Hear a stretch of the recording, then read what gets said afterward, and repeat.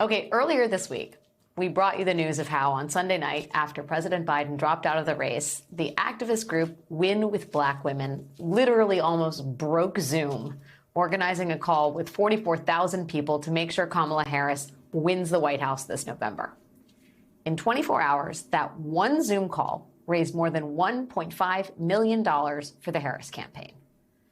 And at 44,000 people, the call was only about 1,000 people short of the world record for the biggest Zoom call ever. Now, the world record held for another 4 days, but it was broken last night. Last night, an event called White Women Answer the Call held their own Zoom to organize for Kamala Harris, inspired by Sunday's Win with Black Women call. That Zoom took the previous world record for biggest Zoom call and blew it out of the water. More than 160,000 people attended that Zoom call, and even more people watched the Zoom simulcast on other platforms. As of today, that Zoom has raised $8.5 million for the Harris campaign. And those two calls were not the only ones for Kamala Harris this week. On Monday, more than 20,000 people joined a Win with Black Men Zoom call for Harris. That call raised more than $1.3 million. On Wednesday, nearly 10,000 people joined a South Asian Women for Harris Zoom, raising more than $250,000. And on Thursday, another 20,000 people joined the Human Rights Campaign's Out for Kamala Harris LGBTQ plus call. They raised more than $300,000. And remember, this week started with the news that Kamala Harris had raised a record $81 million in her first 24 hours as a candidate. So the fact that these Zooms were still getting people to donate even after that surge of cash is not nothing. But maybe more importantly, these calls all encourage people to get active, to volunteer. And that message seems to be working. Yesterday, the Harris campaign reported that in just the past week, the campaign has seen 170,000 people volunteer.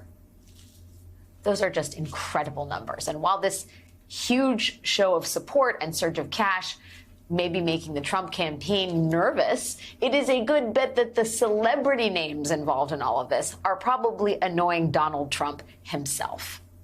Mindy Kaling, John Legend, George Takei, Megan Rapinoe, Connie Britton, Pink, bona fide celebrities showed up on Zoom calls to support Kamala Harris. Not to mention, Vice President Harris is also making a cameo on the season finale of RuPaul's Drag Race tonight. Oh, and also remember that Beyonce lent her campaign one of her Beyonce songs, which has already been used in the first Harris campaign video. Just as a reminder, Trump's bold-faced names at the RNC were Hulk Hogan and Kid Rock. Speaking of A-listers, today Vice President Harris got perhaps the most important endorsement of them all. Kamala. Hello. Hi. Hey there. Oh, hi, you're both together. Oh, it's good to hear you both. I can't have this phone call without saying to my girl Kamala, I am proud of you. This is going to be historic. We called to say Michelle and I couldn't be prouder to endorse you and to do everything we can to get you through this election and into the Oval Office. Oh, my goodness. We are not even a week into the Harris for President campaign, and already the vice president has effectively cleared the field of any potential challengers. She has begun vetting possible running mates, and she has launched an incredibly successful digital and rapid response campaign that has basically made her queen of the internet. A week ago, the biggest discussion in politics revolved around the idea of double haters who didn't like Trump and didn't like Biden, and how nearly 1 in 5 Americans didn't want either man. Today, the double hater phenomenon appears to have just disappeared. Less than a week into this campaign, it feels like we are living in an entirely different political landscape.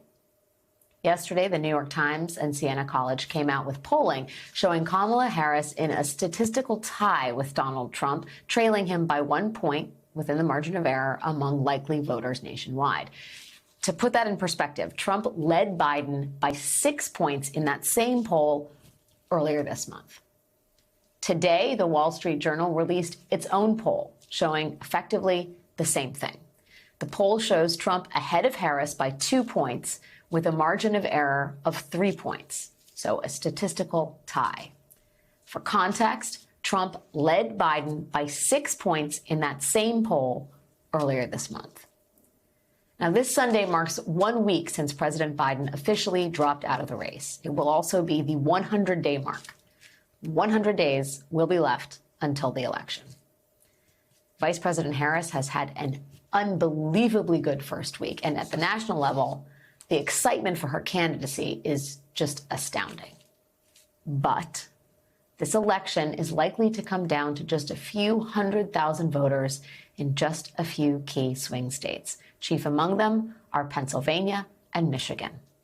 The latest polling we have out of Pennsylvania showed Joe Biden down 3 points. The latest polling we have out of Michigan showed Joe Biden down by 7 points.